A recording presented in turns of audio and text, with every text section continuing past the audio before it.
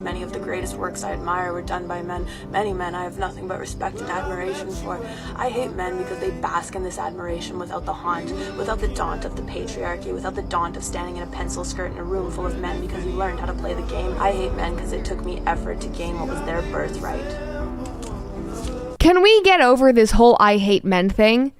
It is so outdated. Like, that is so 10 years ago. I'm tired of it. It does nothing. Somebody said, I'm a man and I'm amazed. No, you're a man and you want to get laid. That's why you're commenting it. Sorry. Somebody else said, it took me effort to gain what was their birthright. Wow, I'm sorry. It takes effort for every single person in this life. Men didn't just come out of the womb and suddenly get a high-paying job and all of these rights, whatever. No. Like, we all have to work for things. Like, we are not unequal. It is 2022. Get over yourself. Well, most of these girls who feel like this or think like this, they have to live in the past. She talked about wearing a pencil skirt. She's trying to like conjure up the images of the 1950s secretary girls wearing a pencil skirt and getting her ass pinched by the men in the office. Nobody wears a fucking pencil skirt anymore. Where the fuck did that come from? And the thing is, I could be wrong. Maybe it's not her, but a lot of these girls don't get these ideas until they enter these feminist circles, either online and social media platforms like TikTok or in their universities. The way she feels right now with this melodramatic sort of like deaf poetry slam poem that she wrote, Dear Men. This is self-inflicted misery because she's literally, none of what she's saying is actually true, but she's loathing her life, but it's self-inflicted. And it just amazes me how women still like live, I guess, in this delusion where, again, there's no facts or data or statistics to back up what they say, instead of generalizing things like, oh, there's more male CEOs or there's more male presidents and stuff like that. But I'll get back to that. But we do have stats and data to show how miserable lives men actually live. You know, I have to go down these stats all the time, but I guess it just has to be constantly said. Men commit suicide at a higher rate. Men are right now, when it comes to the mental health levels, are at mental health issues. When it comes to the loneliness epidemic, men suffer that even more. When it comes to the death rates at work, they die more at high-risk jobs that women don't seem to be scrambling to get. Strange. They have absolutely no rights when it comes to parental control over their children whatsoever, born, unborn, whatever. They have no rights in that when it comes to family court. They're dropping out of college and universities at an alarming rate. Their sperm count is drastically dropping. There are more homeless men because there are more institutions that is geared to homeless women and children than there are men. And men in generally are just more homeless because society itself just don't care that much about men. They have less empathy for men. So people are less willing to help men who are down and out than they are to help women and girls. So I don't know where men are just winning.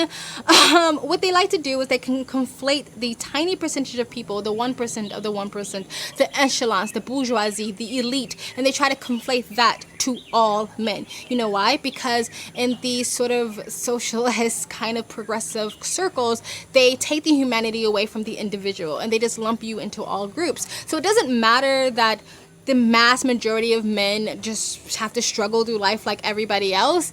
They just sort of say, well, because there's more elite men, then that means all men. It doesn't really make any common sense, but because, again, they take the individuality away from people, dehumanizing them, taking their own lived experience and their own individual struggles through life away from them and just throw them into all one big, giant, incestuous group. And the thing is, this is another reason why I think this rapid onset gender dysphoria is heavily affecting young adolescent girls than they are boys, because they're actually telling girls it's terrible to be a woman. That womanhood is a sin. Womanhood is a curse. Womanhood is not something that you should actually desire, because men have this innate birthright that we don't have that makes their lives just so much easier, just skipping through society even though they kill themselves at a higher rate. This is self-induced misery. I wish I can find this video. There was this video of this girl. She did this testimony on YouTube, and she said before she went to university, she was actually fine and happy. She said within 1 year of university, she started suffering with massive mental health issues because she started getting bombarded with all this fucking negativity, which is not on any foundation of truth. But this is what I'm talking about. She's sitting there, oh, I'm so sad. Oh, my life is so miserable. But she's basing it on lies. She's basing it on delusions. She's basing it on living in the past. Everybody has to work hard for what they want.